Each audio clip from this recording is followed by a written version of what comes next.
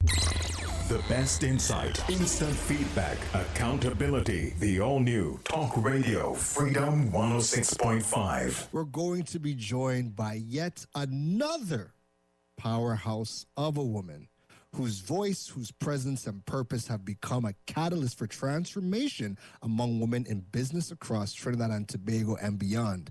Ms. Rhonda Glynn is a business growth strategist, the founder and chief disruption officer of Zoma Business Solutions, and a fierce advocate for women-led entrepreneurship. Her career began in the aviation industry and soared into entrepreneurship, fueled by her soul strategy and unapologetic mission to help women build unforgettable brands and stop playing small. At Zoma, Rhonda provides personalized coaching, business strategy, and empowering workshops that help women turn their vision into legacy. Her signature programs like the Her Startup Collective and Empower Her strategy sessions have helped hundreds of women go from stuck to scaling with clarity and confidence. She is known for her vibrant personality, her fierce authenticity, and her belief that women aren't auditioning for seats at anyone's table. They are building their own. Welcome to the digital world, Miss Rhonda. Rhonda, hello. Hello. Good afternoon. I'm not seeing myself on camera yet. I don't know what's the issue, but we go work with it. We go work with it. Oh no. Yeah, we definitely can't see. Yes.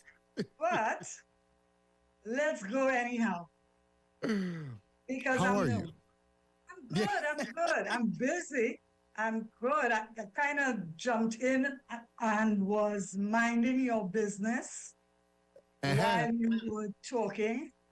And there's something that I want you to consider, because I considered it last week. Mm-hmm. Is it possible also that a lot of consultants and strategists and life coaches and the like are going to go out of business because of the very same fact that with the advent of AI, people are using their AI tools to the extent where they are customizing the tools. I have customized AI tools. Yeah. So that is something that we definitely have to consider, because remember, we are client-led.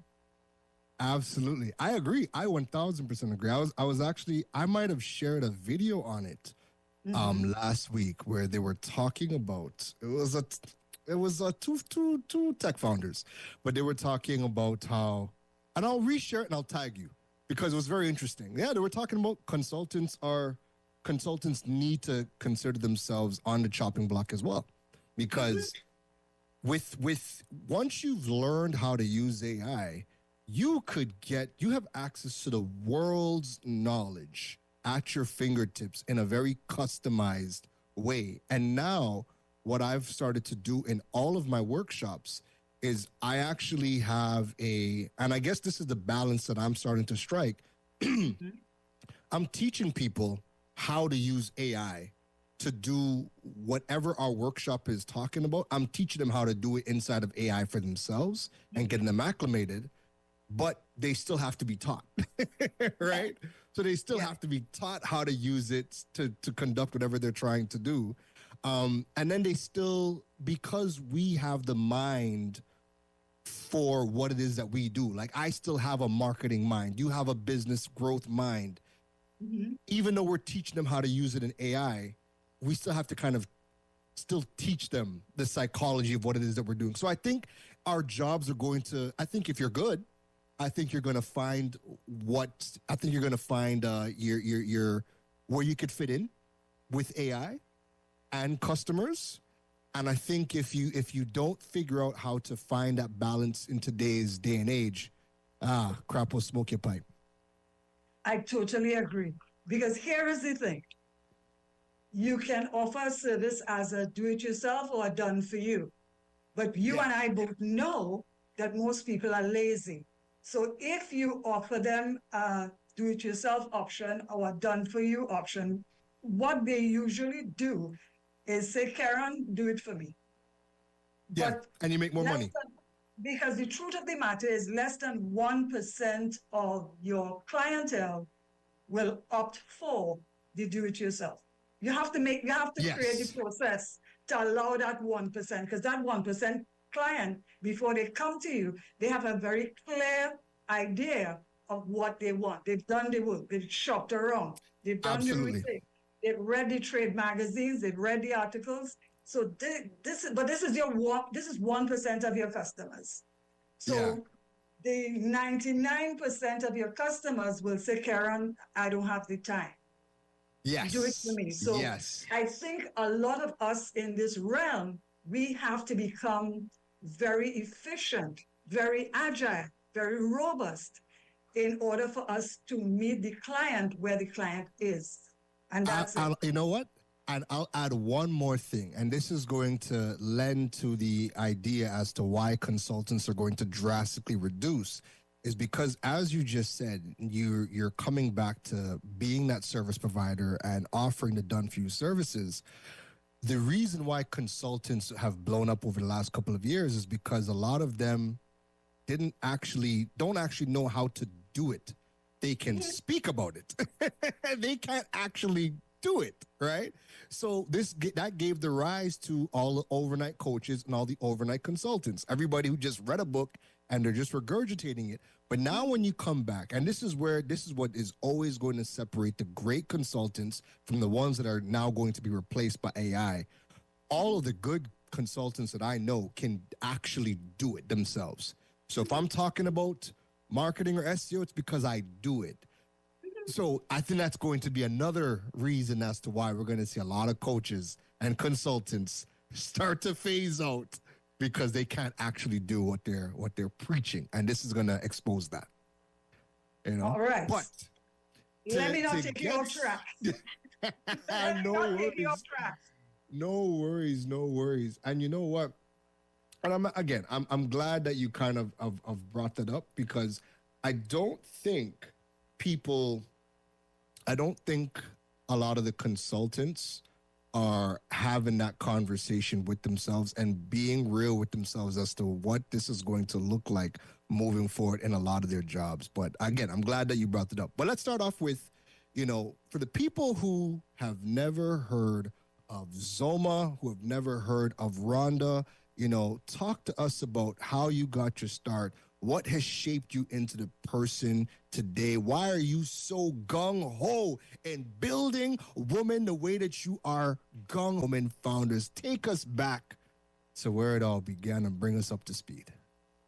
Okay, so having a female prime minister, a female opposition leader, and a female president at the same time is like Christmas, my birthday, New Year's, and Carnival Sunday night for me, because I truly believe in the power of women. Mm-hmm.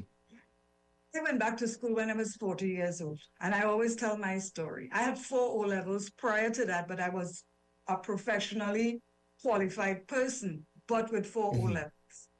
Yeah. So let that sink in for a second. I was 40. Wow. The very first semester I went back to school, Patrick Manning brought gate. Mm-hmm. I didn't go back to university because I didn't want to. I didn't have the money or the opportunity. Mm-hmm. And I said to myself, you know what? I don't know how long this gate going to last. So Rhonda, the thing that you can do very well is read, write, and remember. And I hopped on that train, Keron.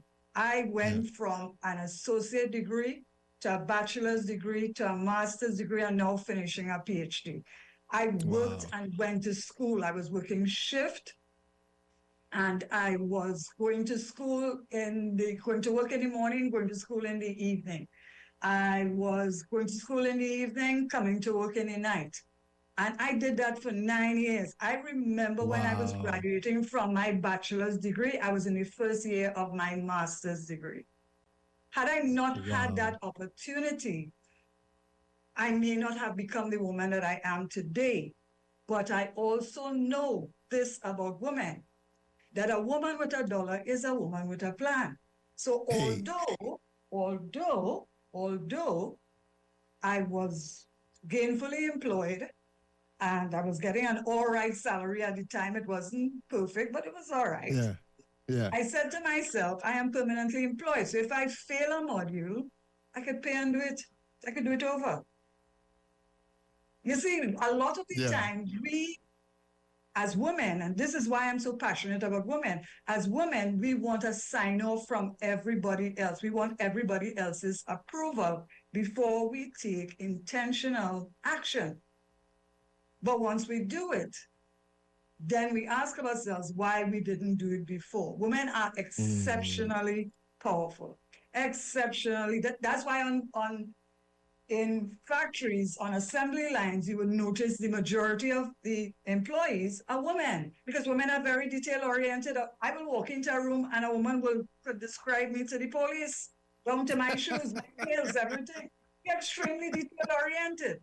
So I saw it as an opportunity for us to use what is our innate talents in entrepreneurship. And coming from the Caribbean, I have grown up in a history, a legacy of entrepreneurship. There have always been women who worked either in the home or outside of the home. We grew up with that. Somebody minding somebody's children, somebody baking bread for the village, somebody selling it, planting a garden and selling in the market, somebody minding. So entrepreneurship is part of my Caribbean legacy.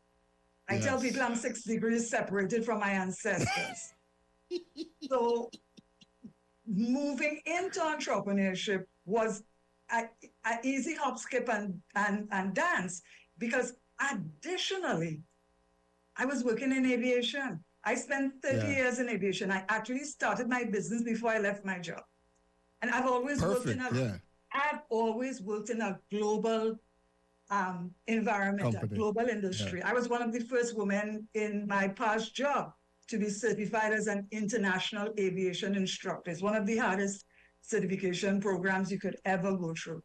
So when I decided, and it came very strange, I was seconded to the Office of the Prime Minister to work on a high-level research team. Yeah. I was doing analytics. By that time, I was starting my doctorate in predictive analytics. And when my contract was up and I came back to my job, I get all the shade. Because it is very difficult for people when everybody starts at zero and then somebody decides, you know what, shit, I am just going to go for it. And I sat down one day and I actually took a piece of paper, draw a line down the middle, and did a pros and cons. I asked myself, Rhonda, what are you good at? I could write. I had been an international lecturer for a long time, so I could talk. Yeah. I can assimilate knowledge because I was a course developer. I have always worked in a global space. Always. For 30 years, I have worked in a global space. So what I literally did is take all my experience of being in aviation, marry it with the qualifications that I now had, and decided to serve a particular audience. And I reached into my historical background of entrepreneurship and the power that women have. And that is what made me build my business. And that's why I'm so passionate about female entrepreneurship. And that's why as we say in the Caribbean, that's why my mouth have no water. As knitting, as literally called knitting. I'll be honest, Keron, I have made big men cry. I call a thing a thing. I actually do. I believe you. I absolutely believe you. Now, going back to school at 40, I'm 38. So the thought of going back to like school at 40, that's terrifying to me. Yeah. For you, going back at 40, walk us through that decision, because I know this is actually going to be one of the hardest jumps for many people who they've probably been working since their early 20s. They might be 10 years, 20 years into their career. And we know that many of the jobs in Trinidad, they have to be redundant because there are better ways to do things. But there are more jobs coming on stream than jobs going out, and people are going to have to upskill and go back to school. So walk us through that decision to kind of go back to school at 40, because I think there's also, some people look at it and they start to say to themselves, I'm too old to go back to school. So walk us through just that whole mindset and the thought process in going back at 40. Well, one of the benefits I had, Keron, is that, remember, as I said before, I had already been doing high-level work. I was an international instructor. I was a course developer. I had, as I said, the thing that I could do very well is read, write, and remember. I could assimilate knowledge really fast. Yeah. However, going back to school at 40, it was predicated by, if I didn't do it now, I would be 60 with 4 levels. Because at some point in time, I would have to leave the job with all the bells and whistles that I was this big deal. And I would now have to be coming out in the real world. What was I going to do at that point in time? But I got a lot of blowback. There were a lot of people who said, you sure you want to do this? Who going to hire an old lady? Don't you know that the bus leave you already? I got all of it. Yeah. I got all of it. But there was a greater fear of being 60 with 4 levels and no options. That was the greater fear. Because remember, as I said, I didn't go back to school at 40 because 40 was when the opportunity presented itself. I already had what we call in aviation, the abilities, the skills, and the knowledge. I was already a seasoned professional. Well, what was I going to do at 60? Yeah. I in the plant orchids and play with grandchildren type. I have dogs, I have plants. Yes, I do. But I've worked in aviation. I love to travel. I like art. I like museums. I see an aircraft, the way somebody sees a bus in Citygate. I have no problem going from here to where they call day on an aircraft. I have spent most of my career in aviation, and aviation is a global network. So I say, you know what? I'm going to do this thing. The worst that can happen is that I can fail.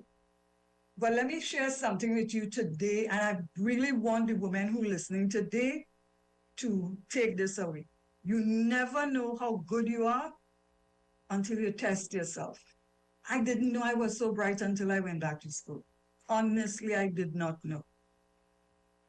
I did not know. When I tell people my story, they're usually amazed, and they say, but how do you do that? Or they like to ask you, you have children? Those are not reasons for you not to go for it. I did not know I was so bright. I remember the first semester when they used to put the results of exams on the notice board, and I didn't realize that the women in the office were looking at my results. Yeah. When I came into the lobby, a lady, she's dead now, Miss King, she asked me, Rhonda, you see your grades? I said, no. She said, go and see it. My first semester, I got 3 A's.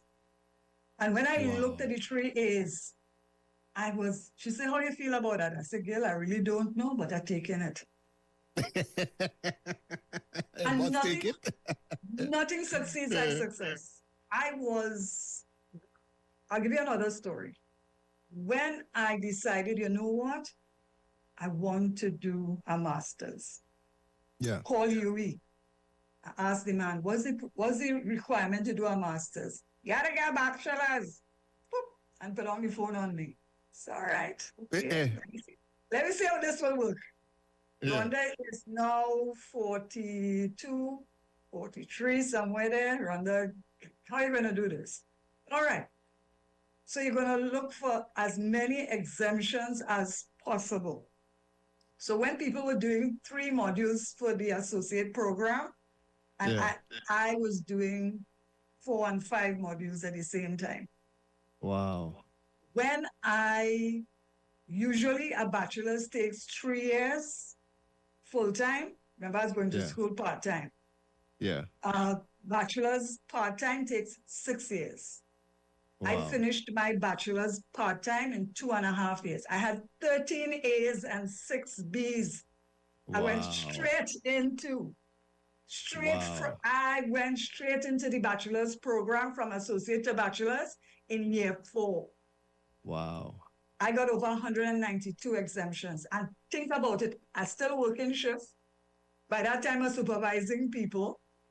I'm also doing professional work in the aviation industry. I'm also lecturing. I'm also doing all the things. I'm also doing all the things.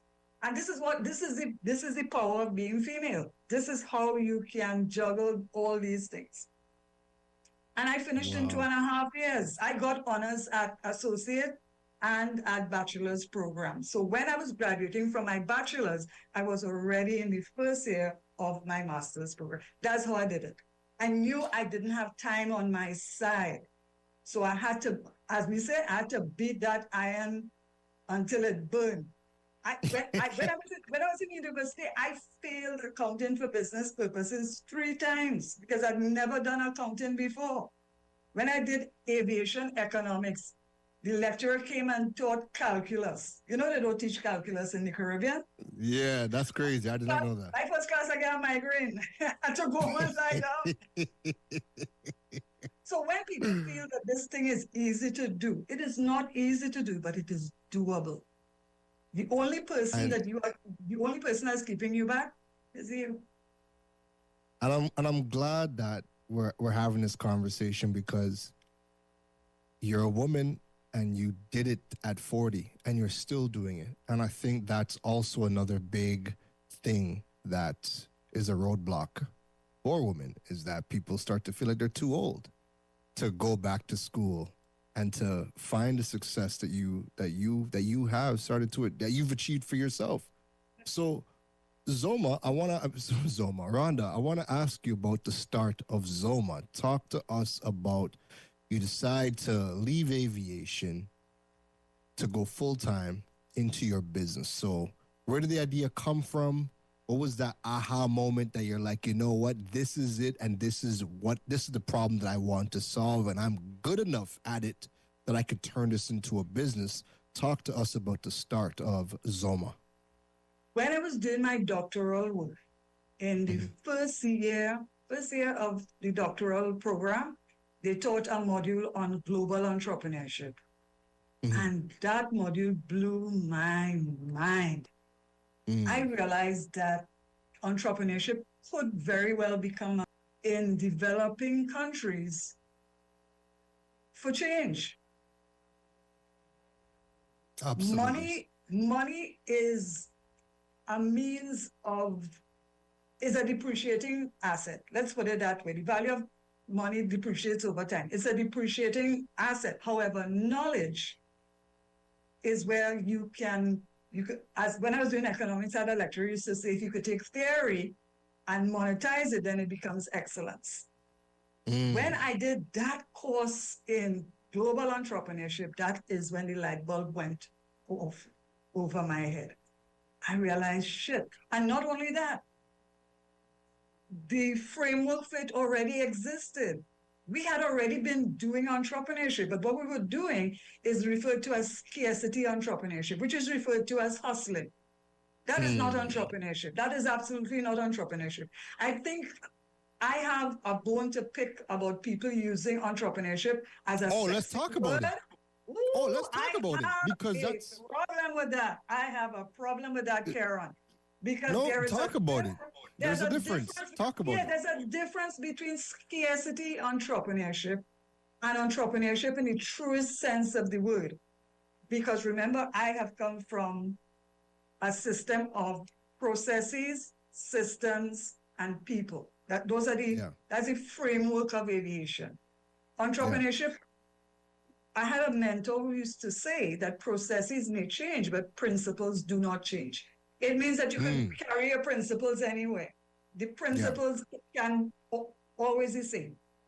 Yeah. And what I saw people doing and saying with their whole chest was entrepreneurship was not entrepreneurship. And I'm seeing the same thing today. That is hustling. That is, that is as that is hoping that somebody will buy a thing. Remember, there was a man who used to sell nuts in the National Stadium, and he used to say, "Buy my nuts straight." Nah, Jumbo. that's the entrepreneurship that they're selling people.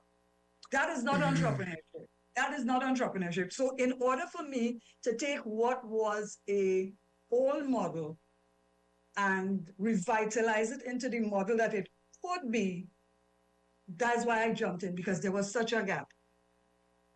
Yeah, and these are things that I was already good at. Processes, systems, people. I was already good at that. So I applied the principles into the gap that existed in terms of entrepreneurship, targeting a specific audience. You see that, and that's a mistake they're making right here. You see how I break it down? Targeting a specific audience, which is female founders and women-owned startups. That's why I did what I did. Yeah. And so that's why when I open my mouth, I don't take any prisoners. Yeah. and you know what? And you've said a lot, because we see every Tom, Dick, and Harry say they're an entrepreneur, but what they have is a buy and sell business. Mm-hmm. And when they talk about, you know, who we're servicing, we service everybody because we want to bring in a product for everybody. We're trying to sell to everybody, and you no longer have an audience. You just become a variety store. Mm-hmm. And then we wonder why the customers in TNT are so trained on discount, because the businesses aren't offering anything else. The businesses aren't offering anything other than just trying to beat the competitor at the cheapest price. Nobody's really trying to now craft a particular brand, sell a particular product or service that targets a very specific group that solves a very specific problem. And therein separates the business owners, because anybody could be a business owner. I could jump on Amazon and purchase 100 products in something and sell it. Doesn't make me an entrepreneur. I'm not really solving a problem.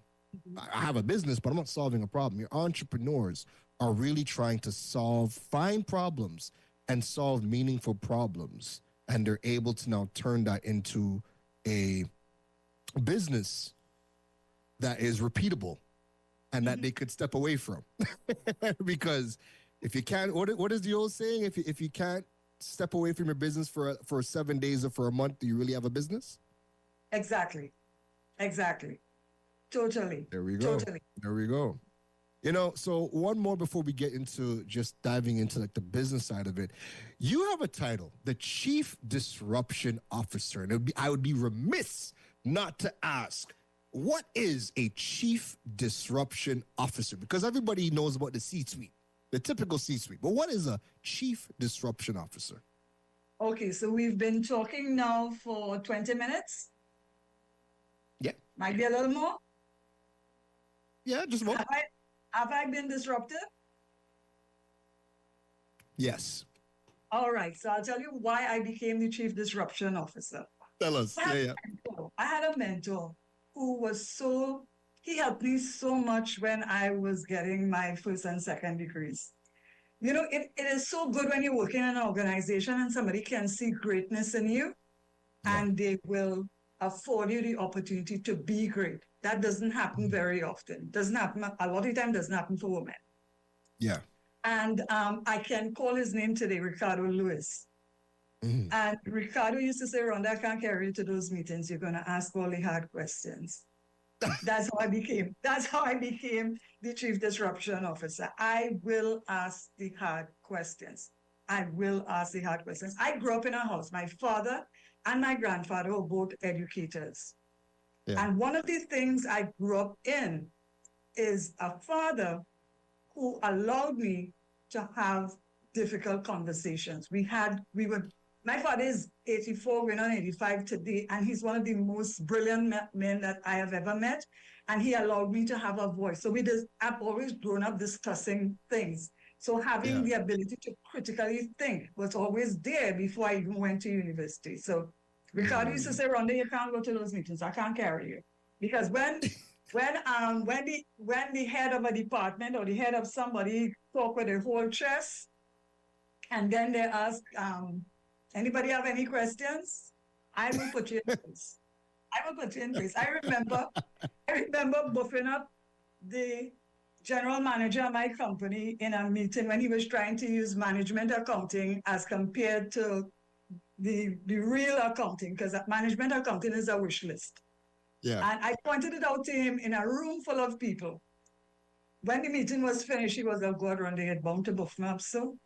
I said, but you hurt my feelings. You hurt my feelings. You can't come here with that. I can't sit down here with that. So that is how I became the Chief Disruption Officer. And I'll tell you something. When you tell your truth, you don't have to think about how it will land. There are people not going to like you. But at the end of the day, I always say, what do I want on my tombstone? I want it to be said that I tried. I like it. Trinidad have too much opportunity. The Caribbean have 40 million people for us to serve, and we are not serving them. Nah. We're not serving them. We're not serving them. It's an indictment on us. If we can't serve the people in the Caribbean, why should we even start to think about serving people outside of the Caribbean? Think of the Caribbean as a petri dish.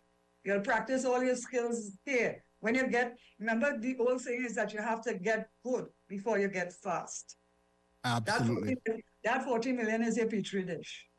Absolutely. Absolutely. And you know what? Matter of fact, my article that came out yesterday for my column was talking about how the Southeast Asian countries, that group called ASEAN, which is akin to CARICOM for us, looking at what ASEAN has done in terms of building logistics, building the digital payment space, just how they have modernized trade amongst Southeast Asia is a blueprint for CARICOM. And the article was just comparing, what ASEAN has done and what lessons CARICOM could do. We absolutely need to start doing a lot more business together, but figuring out how to make doing business around the Caribbean a lot easier. Because as of right now, it's easier to do business outside of the Caribbean than within our own region. So that is something that we have to figure out. We have to figure it out fast. Right? Fast. Right. Now, for the modern entrepreneur, when you look at 2025, we're almost at the halfway point already, my goodness. But to build a business today, what are some of the key things that somebody needs to master or understand really well when they are building a business today? Okay. So because I serve women, I'm going to lead with this. Yeah. And this might be equally disruptive. And it is to know your numbers. Here is the thing about less than 1% of women receive VC funding, receive funding under traditional or non-traditional systems. But here is what a lot of people do not realize, that no matter if it is who, whether it's the bank, whether it's NEDCO, whether it's VC funding, whether it's a grant, whether it's whatever, that person is lending you money, not the business. You are the face of your business. They're lending you that money. So you have to know your numbers, because there are two very important questions that funders are going to ask. What are you going to do with my money, and when am I going to get it back? So when you do not know your numbers, remember when I say you have to know your numbers, it means I'm not saying that you have to become an accountant. Yeah. This is your baby. This is your story. You can tell the story of your business using numbers. You can extrapolate those numbers, saying where you want the business to go in a 5-year period. You can say, and that's where you need to spend the money. Yeah. Get an accountant. Go and do an online course, because I'll give you a little hint. If you could talk your numbers within the first 10 minutes of any financial pitch, they're going to give you the money. Male or female, they're going to give you the money. They are going to give you the money. Because one thing that especially now, especially in the United States where a lot of mad things are taking place, the one color that everybody recognizes is green. Is green. And when you do not know your numbers, you are not going into the room in a position of power. The other thing that women, and this is for all founders, especially women, the other thing, do not be afraid to call your price. You see, anytime I love research. So if I ask a client, who are your clients within a 15-mile radius and you cannot answer me, I know you don't know what it is you're talking about. Because within a 15-mile radius, your competition and you serving the same client, you have to know these things. You have to know. You can't guess. The other thing is, you also have to know what does the market look like? What is the gap that you want to fill? Because remember, business is about identifying a problem, creating a solution or a transformation for that problem or that challenge, and finding enough people who have that challenge or that problem and serving the ass out of them. Not everybody. So if you tell me that you want to serve everybody in Trinidad and Tobago, I know you're not talking. I had a lecturer who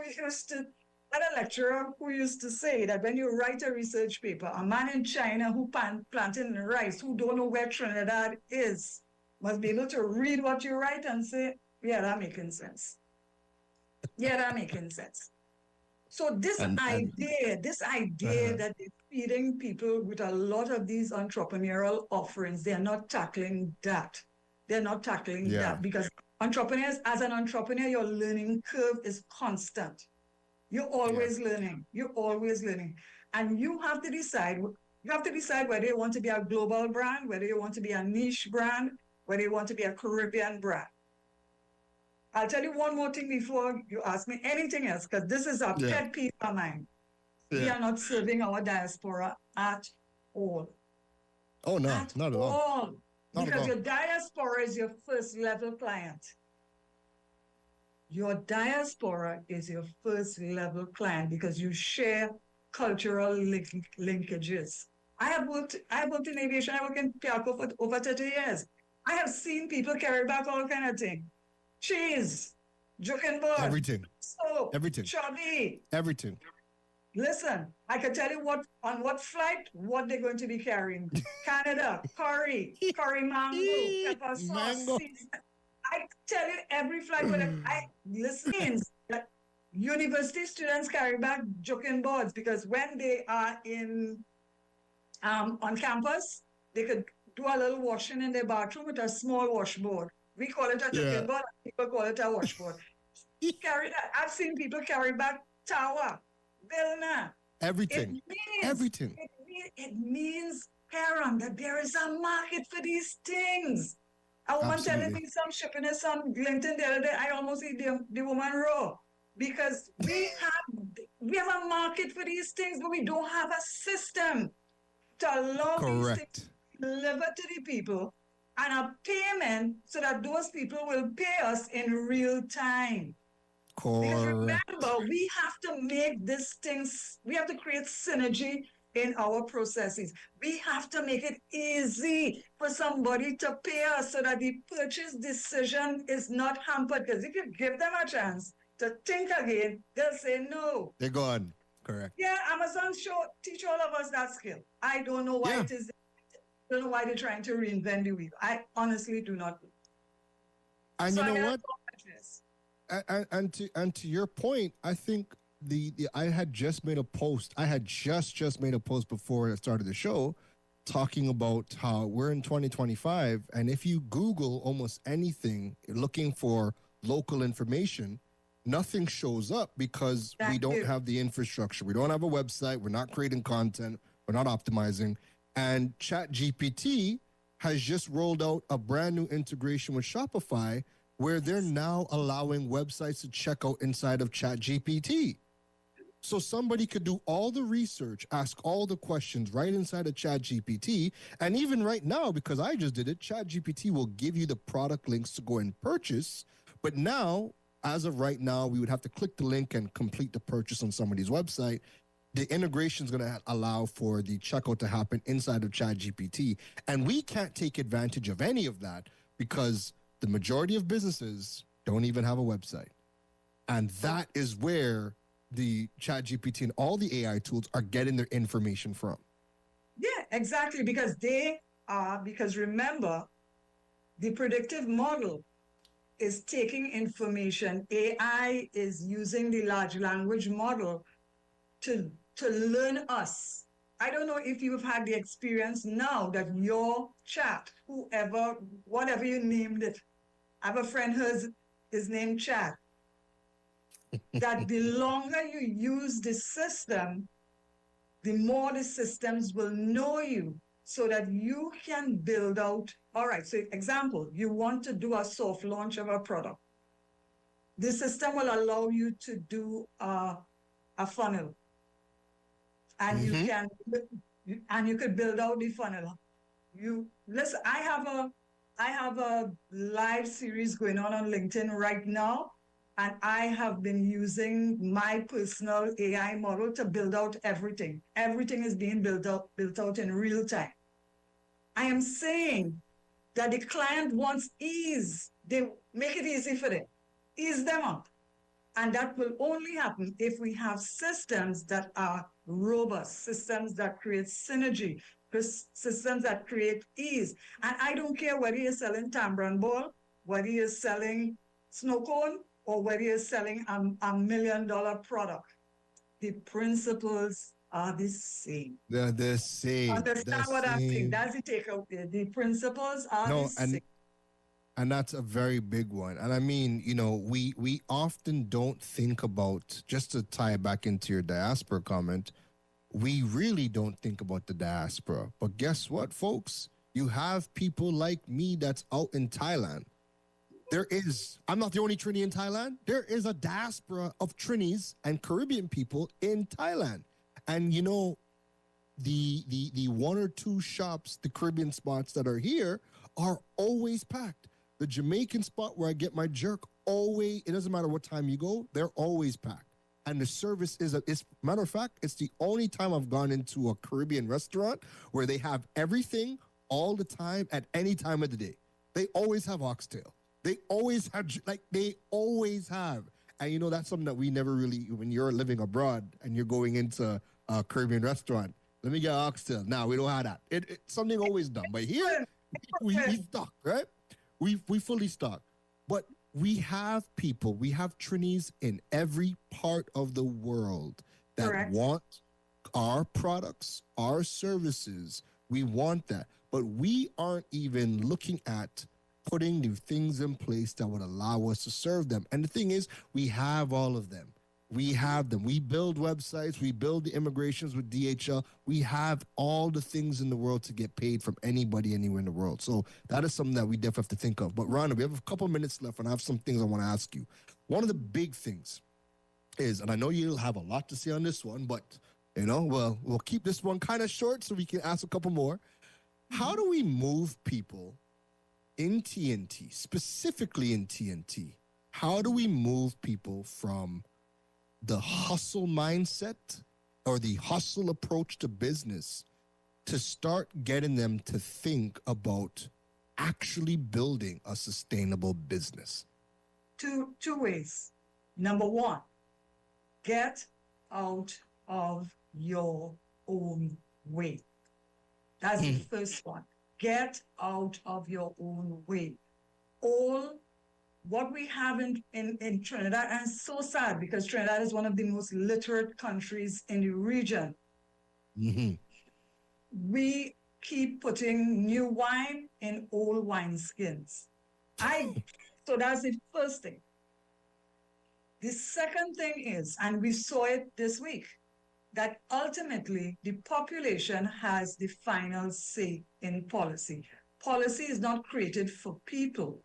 The people have to be part of it. It has to, and the people have been saying, the businesses, small, medium, and medium, have been saying that they need to be able to import their factors of production, create synergy, sell their products and services, and get paid in real time. Those are the two things that need to be done. And it needed to be done 10 years ago. I started to use AI from the minute it came out. When I realized that I started to fire people in my organization and I didn't need brick and mortar anymore, I moved my business home. I created a digital business. And now I went from hybrid, and now I am on the cusp of building out a totally digital business, because I started to realize the people that I was talking to was people outside of the Caribbean all the time. So what is I was really, I was fooling myself. And as I tell people, I don't want a bigger house. I want a bigger life. And a bigger life will allow me to do exactly what you are doing. I must be able to, I'm sitting here in my office, and it's fully, the money I spend on tech is the only money I've really spent. And I want to be able to close my laptop, jump on a plane, go Costa Rica for 3 months, come Thailand for 4 months, and my business must still be operating. And this is the first time in the history of the world since the Industrial Revolution. This is the second wave. This is the thing that Peter Drucker had said when he said that knowledge will become currency. We are living in the middle of it. And if the Caribbean doesn't get out of their own way, then nobody is waiting on them. The time is now. The tagline for my company is "The future is now." And I had that tagline since 2018. Listen, everything you said, I 1,000% agree. Matter of fact, my last podcast episode was talking about the freedom that comes with being a digital nomad. And people feel like when they hear something like financial freedom, it means you're rich. We are able to experience financial freedom a lot easier today, because now somebody could earn higher currency and create a digital life, whether they're working for a company full time or they have their own business, and then go move to a country with a much lower cost of living. And now you're earning you're almost doubling or tripling your salary, and you are now not living paycheck to paycheck. Right. And that's a level of attainable financial freedom that we have access to today. That being said, Rhonda, we live in a ridiculously tech-averse society. And the first thing everybody tells me is, what about the old people? What about the old people? We don't want that. We want human interactions. And I'm like, but every day you guys come on and complain about the human interactions that you do get. And I'm in Asia, and I'm looking at 80-year-old women scanning their phone, QR code, and paying for food on the street. So don't tell me about age. How do we get TNT to get out of this tech-averse phase? Because it's hurting us, and it's hurting us in a massive way because we're not tapping into the global opportunities. All right, so I'll leave this with you because I know we have to break now. And definitely this is a conversation that we will have to have later at some later date. Yeah. Keron, think about me. I am the example of the old people that they say not tech-averse. I went back to school at 40. I finished my master's by 50, I was doing my master's. By 50, I had 3 degrees. I went into my doctoral program. At 55, I started this agency. I'm going to be 62 in August. And I feel as if this time that I am living in is the time that I thought I would never experience in my lifetime. Wow. This is my second wave. I am going to do all the things. I have learned technology. I have built these things. People feel you have to have a lot of money. You have to have a lot of will. Trinidad has too many intelligent people to have a donkey cart system. So I'm leaving this with you today. Get out of your own way. Because I could have said, as I told somebody, I could have sat in my job, talk people business, be well paid, and I'd have been 60 years with 4 levels. Wow. And that's a very big one. Get out of your own way. There's so many opportunities that are here right now and that are also coming. And we have to not be so tech averse if we want to start tapping into that. And like I said before we brought Rhonda on, if we want to start becoming net earners of foreign exchange, we can. We don't have to wait for the government to diversify. We could upskill right now and start gaining clients outside of TNT and become net earners of foreign exchange. And if more of us did that, especially for such a small nation, the impact would be very visible very fast.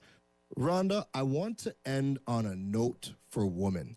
When it comes to women founders, what are 3 things that you are seeing within your practice that women founders need to stop doing? And what should they start doing? I will end with that one with you. Okay, set a goal. When I say set a goal, give the goal legs. You want an increase in clients?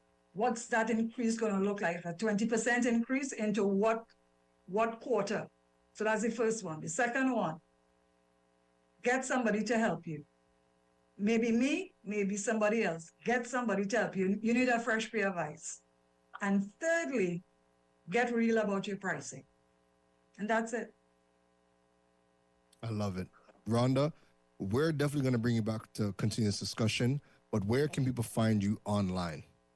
Online, LinkedIn. My website is www.rhondaglynn.com. It's fully efficient. Booking, everything takes place on my website. And of course, I'm on Facebook. As we'll be talking about. Rhonda, thank you for taking the time out of your busy schedule to come and join us here on Digital World. Like I said, we'll definitely be bringing you back because we have a lot more to discuss. Rhonda, thanks again. You're welcome. Bye. The best insight, instant feedback, accountability. The all-new Talk Radio Freedom 106.5.